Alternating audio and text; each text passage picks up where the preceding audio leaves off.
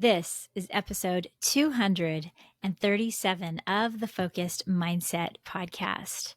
And today we're going to talk about the reasons you should expect the unexpected. Around every turn, around every corner, there's always things that our mind begins to imagine will happen, usually based on what's happened in the recent past. But I'm going to give you some reasons that, especially if you're striving to be more solution focused, that you need to practice expecting the unexpected. Now, before we get into this episode, don't forget to check the show notes. Check me out on Instagram at Cher _the focused mindset, or share this episode with somebody who also needs this same message.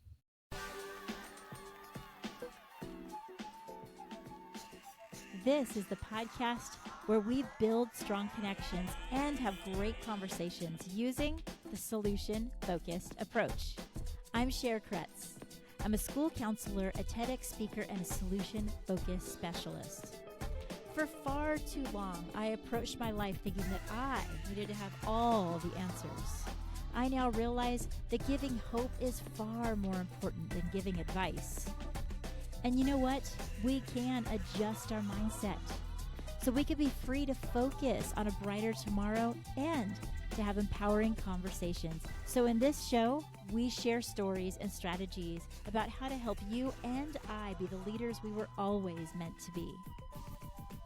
Learn more about our products and services at sharekretz.com or hop over to Amazon to get 30 Days to Higher Hopes. So here we are in the summertime.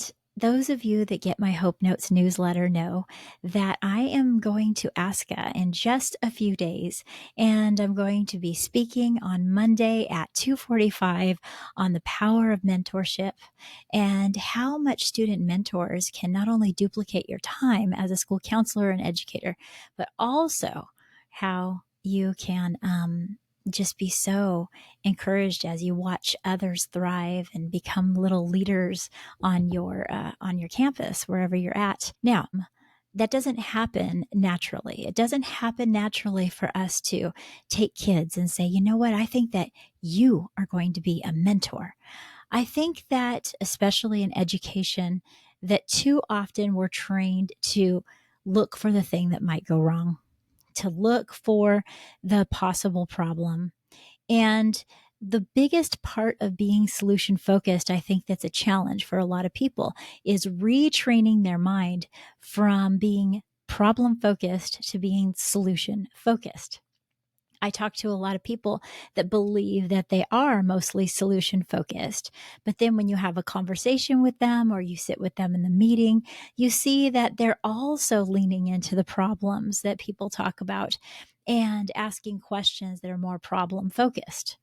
This is so prevalent in our society that it just happens naturally. I catch my own self doing it quite frequently too. Picture yourself sitting in a meeting. What is one of the first questions? Usually we spend a few minutes saying, hey, what's some of the things that this student does well? But that is usually kind of a throwaway thing that we talk about. But the reason we're here and the reason this whole meeting exists is because of the problem, right? And so quickly the meeting moves into, and here's the problems that we see. And this is when it happens. And this is how often it happens, and blah, blah, blah, blah, blah. And it just tends to begin to go in this. And what I've noticed is what happens is if parents are there, then they say, oh, you know, that I've seen this as a problem too. Or they're on the defense and they're saying, I don't see this as a problem at all.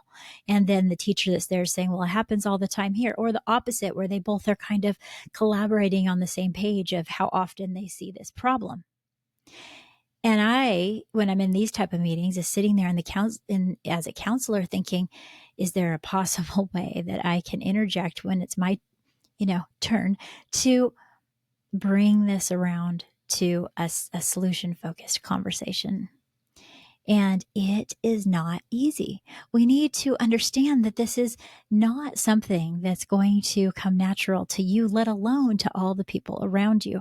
Many times when you go and talk to another person about any situation, immediately they gravitate towards something that's gone wrong. And then the two of you kind of collaborate about it. And, oh, it's so true. And I noticed that happening to me. It's a way that people can bond together. They've gone through the same challenge, they've seen the same struggles, and there's nothing wrong with that kind of collaboration. But many times it's not helpful or hopeful. I would say most of the time it's not helpful or hopeful when you're dealing with helping another person grow or helping yourself grow or being a part of the solution rather than exasperating the problem. I rarely see these type of meetings come out in huge wins right out of the gate when most of the time they're talking about the problem. They might come out feeling really great that they analyzed the problem inside and out, but unless there was an actual time when people discuss what's going right, what that looks like when it's going right, what is happening during that time, then the meeting can go sideways. Now, let's take this into our casual conversations. I feel like too many times we expect what always happens to keep happening. Hey, it's the way our mind works, right? We're like, oh, I've seen this show before. First this happens, then that happens, and pretty much same result is always going to happen. I see it happening over and over again where somebody has a classroom. Let's say a teacher has a classroom and that seems at the beginning to be quite chatty or something. And they're just like, oh, I've had classrooms like this before. This is going to be a hard year. And they proclaim it out of the gate. Or this, I've seen students like this before. I had his sister. I know how this is going to go. And it's such a firm mindset that it can travel with you everywhere you go. I've seen it in administrators as well. You come in to talk to them, they're like, well, it's the same old story. I had that same conversation with them, and this is the way that they reacted to, I don't know, classroom management or some type of other issue that's going on. Is there problems all around? Of course we have problems that we need to solve. Of course there's issues that are bothering us and things that are happening that need to be fixed. It's just that many times our mindset, rather than thinking, I believe that change is possible, even in the smallest step forward, that is a change possible. And I believe that every person has something within them that they're ready to explore that's good and right. And looking for that, we automatically allow our mindset to be thinking about what most likely will go wrong. If you're looking at being solution focused rather than problem focused, what you're doing is you're constantly looking for an exception to those problems. Some people call it exception searching, exception finding. Well, what is an exception to that? What's a time that didn't happen? Now, I would like those exceptions to become the rule, right? And I've seen that happen many times while using solution focused. I have so many stories about that. But it doesn't happen until we first begin to look with a new set of lenses, with a new mindset to say, I'm going to expect the unexpected. I'm not going to expect what is expected every single time in my first thought of my mind.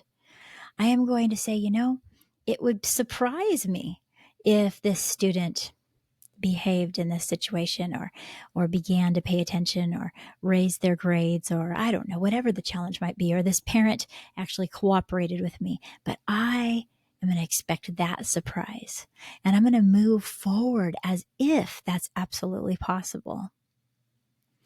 Now, if anyone knows me, they know what my favorite TV show is. It's Big Brother. And Big Brother is about to start as well. So what an awesome week that I'm having right now. Not only am I going to ASCA, which is the American Counseling Association's largest and huge conference that they have every single year, I get to collaborate with some of my very favorite people and get to know brand new leaders in my field. I get to speak and do a workshop. And on top of that, it's the season premiere of Big Brother. And yes, that is my favorite show. And people are like, they watch it for just one episode and they won't get it. But I have to tell you that that when you watch it, you see that it's a psychological experiment of how people with many different personalities can come into a space and live day in and day out and have to work through challenges. And it's a psychological experiment more than anything else. And it intrigues me to see how their personalities begin to form and how their walls begin to be let down. And when that happens, how do they really act when pressure is put on them?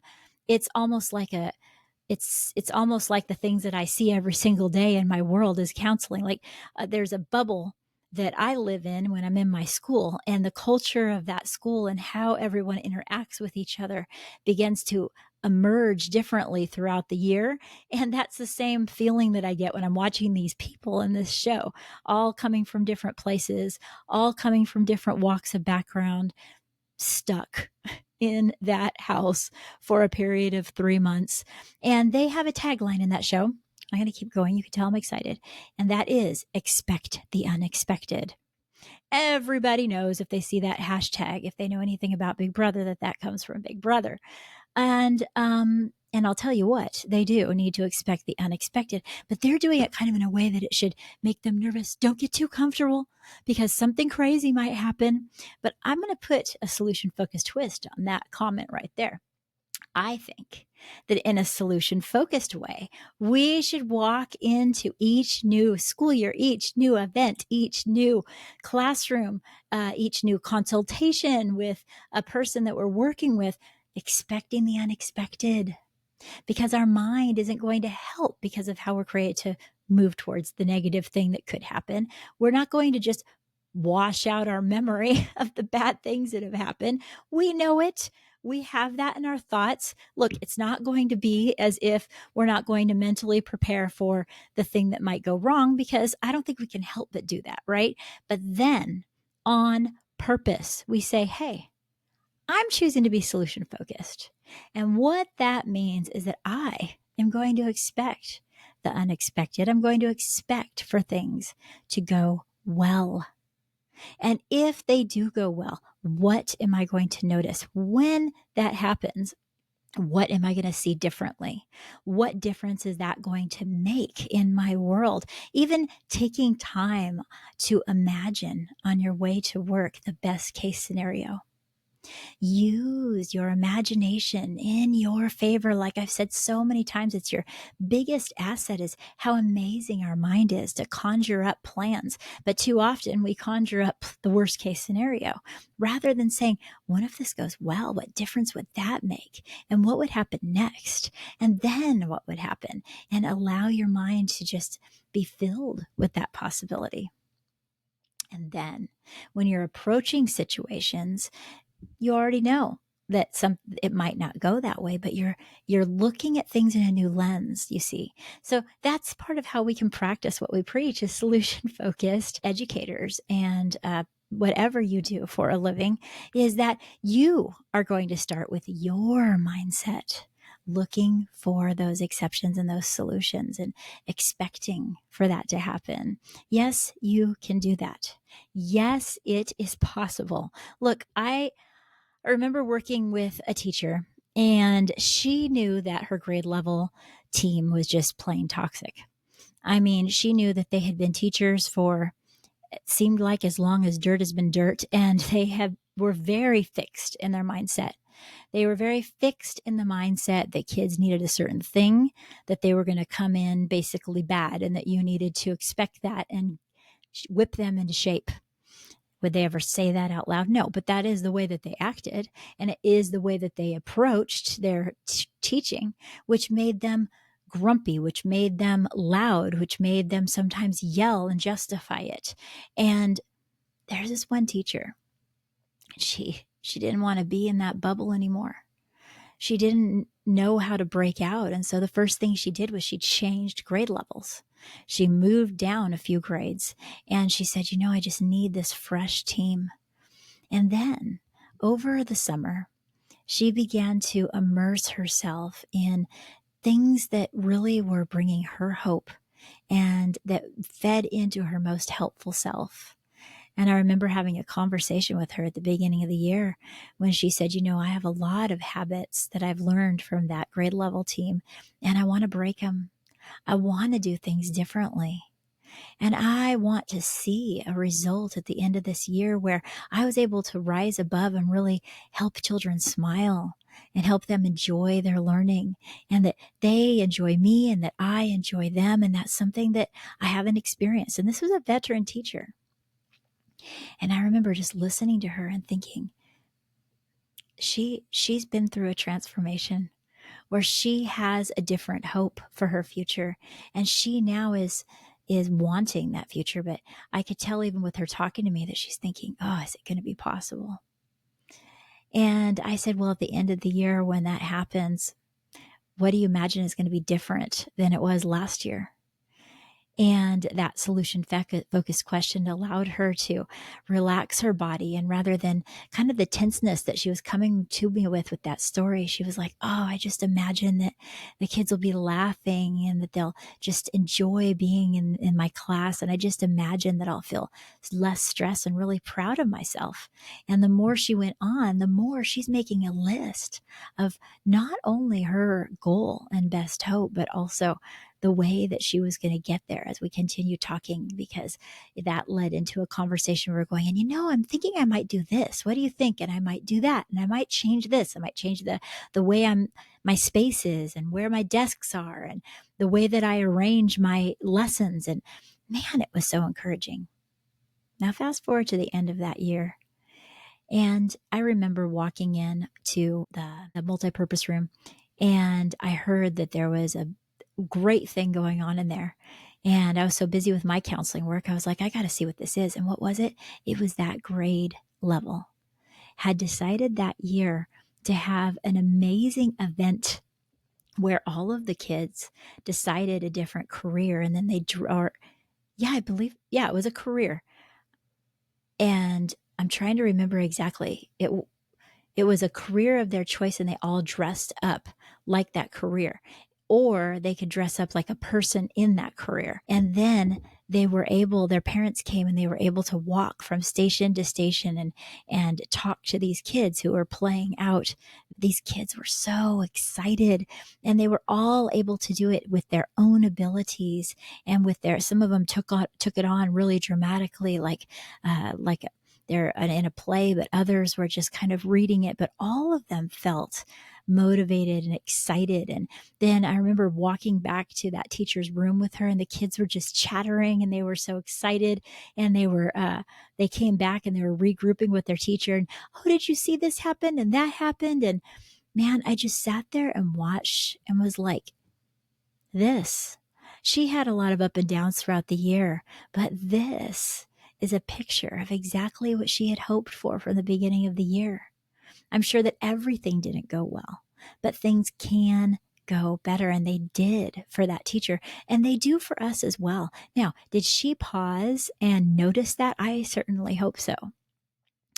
I think that it's our job to not only notice when things go better, but notice throughout the day, throughout the month, throughout the year, when we see those exceptions and say, not only I'm walking in expecting that can happen, that I can see an exception, but when I do, I am going to take that moment in and allow myself to just absolutely fully appreciate it, because there's lots of other moments where that is not going to feel that way. And I want that feeling to help me progress through the next month, the next year, when that moment happens where everything comes together and you just say, yes, this is why I do this. This is why I'm here right now, to make a difference.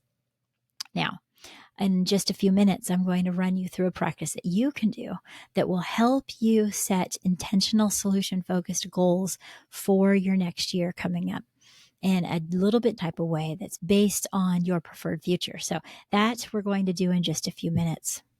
But first, think about ways that you might expect the unexpected around each turn. I'm thinking about ways that I can let go of any anxiety about even my very next week. And rather than that, think about, what if things go well? What is that going to look like? How's that going to feel? And then what am I doing when things are going well, right?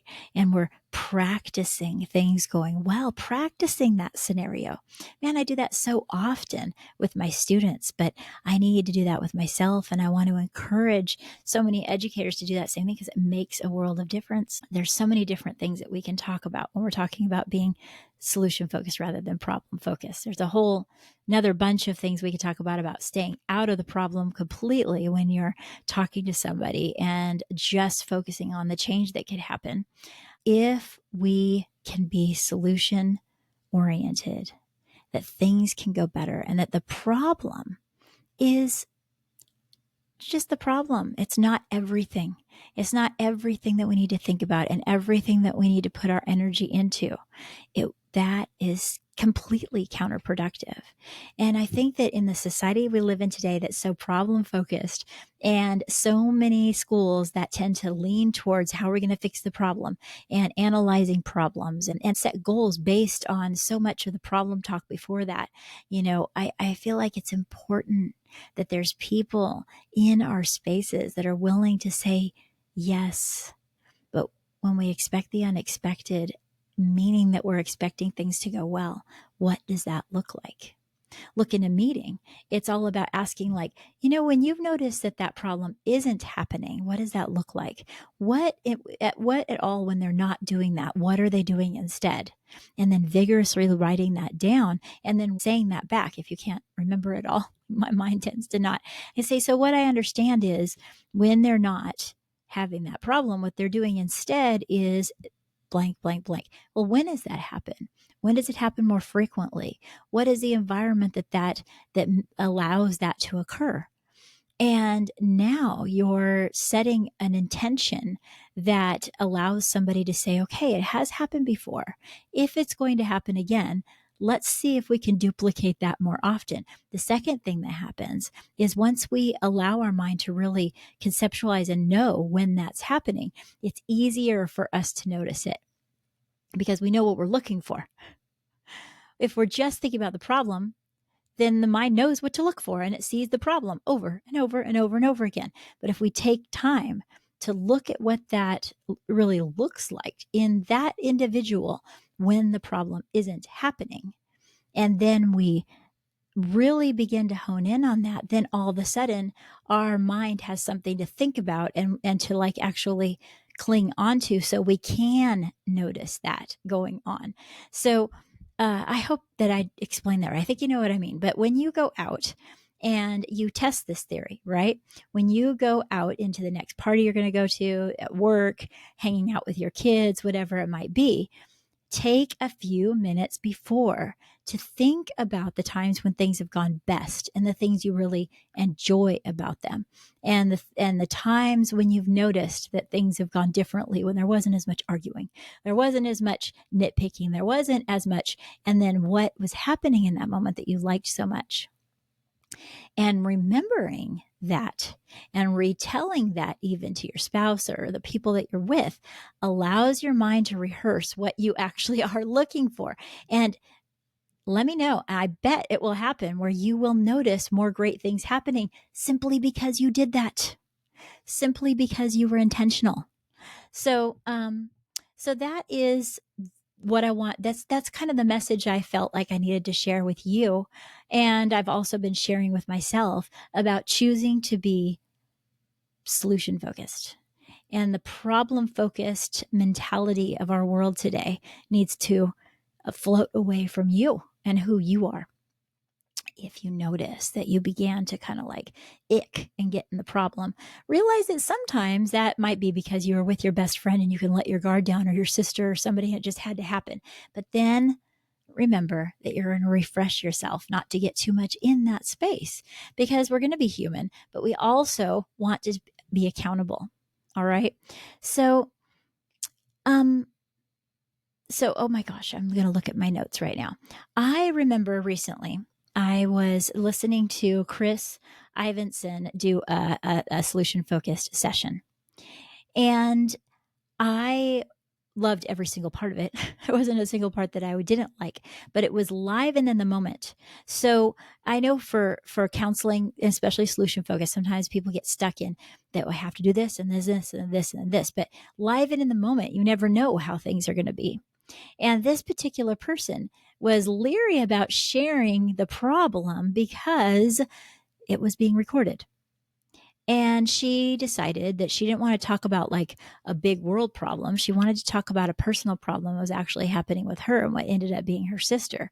And this ended up having the therapist, Chris Ivanson, have to kind of like in the moment purposely stay out of the problem in even a more intentional way. And it reminded me of in my trainings, I have one thing that we do, which is one of the most powerful aspects of my solution focused trainings, where our therapist or whoever I'm training are going to get together in a group of two, and they are going to think of a problem, but not share it. Do not share the actual problem. And then the person on the other side asks intentional questions without ever hearing the problem. And they're only hearing the answer to what might solve that, what that other person believes could move forward towards solutions without them knowing the problem at all. And it is amazing how every time I do this activity, that amazing insights are being discovered by the person that has the problem, and they feel as though their problem is solved, even though they never actually shared the details. And it was so purposeful that it's dynamic, and it shows the importance of how the solution focused approach works, even when we are completely out of the problem, so much so that they don't even share it. We ask questions like, if this problem wasn't a problem anymore, what difference would it make for you? Let's take a step prior. What is your best hope for our conversation today? When you ask that, you're not even asking about the problem, right? And so you begin to get a picture of what the person hopes they will feel, or what they will get out of it. And then you say, well, what difference would that make? Now, what I wanted to bring up is when I watched Chris Ivanson do this counseling session in that manner, he kept revisiting that question once again and again and again. And many people would feel as though, my gosh, you're just beating a dead horse. You're saying this too much. But the person who was being counseled did not feel that way. Every time it would allow her to go a little deeper and be a little more introspective. And finally, he asked, what difference when you are able to have more boundaries, more hope, more what difference would it make for you? And she finally sat back and looked in a distance and then just said, I'd have freedom. And there was something that changed in her whole body when she used that word. And I remember writing down when I was watching the word freedom in big letters. And it took all of that time for her to kind of like, things would be different, and dancing around to find that personal place when he said, what is it? What difference would it make for you? And he turned in a new direction after she said that and began to create a beautiful picture of what it would look like. Now, you can do that for yourself. I can do that for me. And it will help you allow yourself to do this for other people. It might even be a conversation that you have with your closest friend, your child, where you use this skill of allowing someone to really find out what their best hope is and what difference it would make when that happens. But we're going to do that activity for you right now. All right. So what I want you to do is, if you can, take a piece of paper and just kind of like draw a line straight down the middle of it. Think about what your best hope is for the next big adventure that you have. Maybe it is the next school year. Maybe you're thinking about planning that whole next school year. And what is your best hope for that? If you were able to know that amazing things were going to happen, what amazing things do you hope will happen? What are some things that you need to have happen? Do a little brainstorming and journaling and write about that.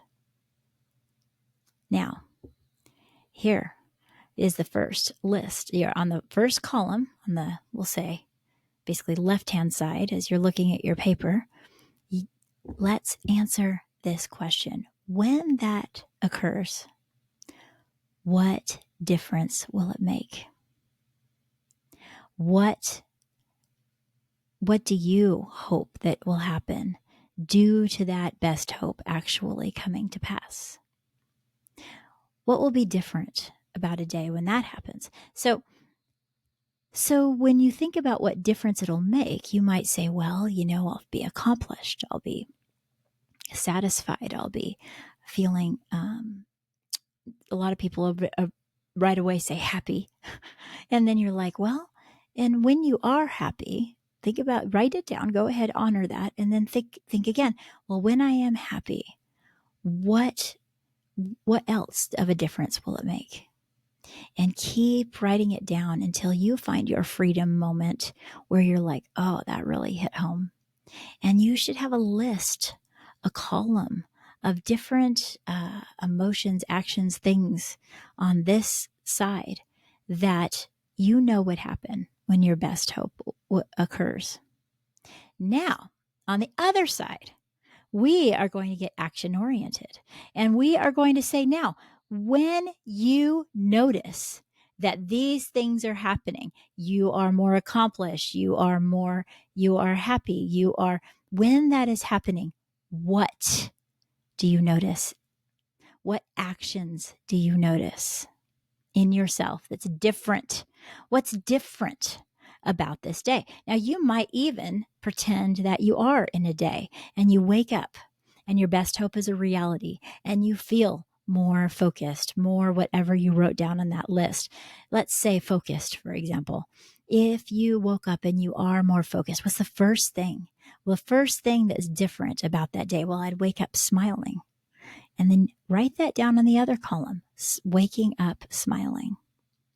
And what is the next thing you'd notice as you walk through that first day? When you walked into your office, what would be different about the way the students greeted you as a school counselor? What would be different about how you interacted with the staff? What would be different about the way that you planned your day on that day? What would be different when you were focused that didn't happen before? For me, it'll be like my calendar. I open my calendar, and because of how focused I am, I am able to know what I need to do in that day or who I need to call without having that time many counselors have where it's like, I have a million different things. Which direction am I going to go first? I'll be focused on what is the most critical and most important thing that needed to happen on that day.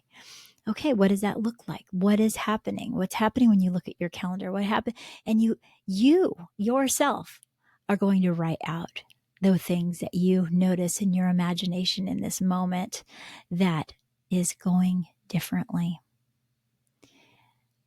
There is so much power in that. Hopefully you get a list of many different things that you notice on that day. It's based on reality. I mean, you can even then, sometimes you're reiterating things that actually have happened when you are in your most focused day. Hey, take notice of that. That's an exception that's worthy of noticing, because yes, this is something that's rooted in your actual reality, whether you work in an office, whether you work with students, whether you work in whatever field you work in, you can choose this type of activity to level you up. Because why? Because you know what? That first column that you have on your paper right there, those are your goals. That's the way that you truly want your truest intention of who you truly are to be. Sometimes I say to my clients, that looks like your real self. If that happens, that's your most genuine self that you want to be.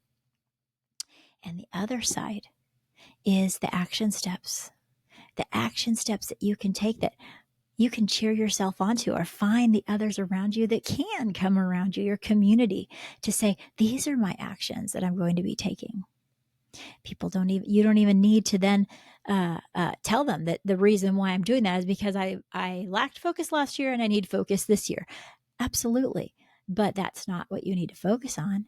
Now you have a list of wonderful goals of what you really truly want to be, and a list of amazing things that you can do, that you can actually do in the future to line up with this amazing vision that you have created for a perfect day. Trust me when you do it, because you're going to be rooted in your own reality. You're not going to say imaginary things that don't actually happen in your day. You're going to say things that could actually happen. Look at your paper at the end of this and look at what you have just created.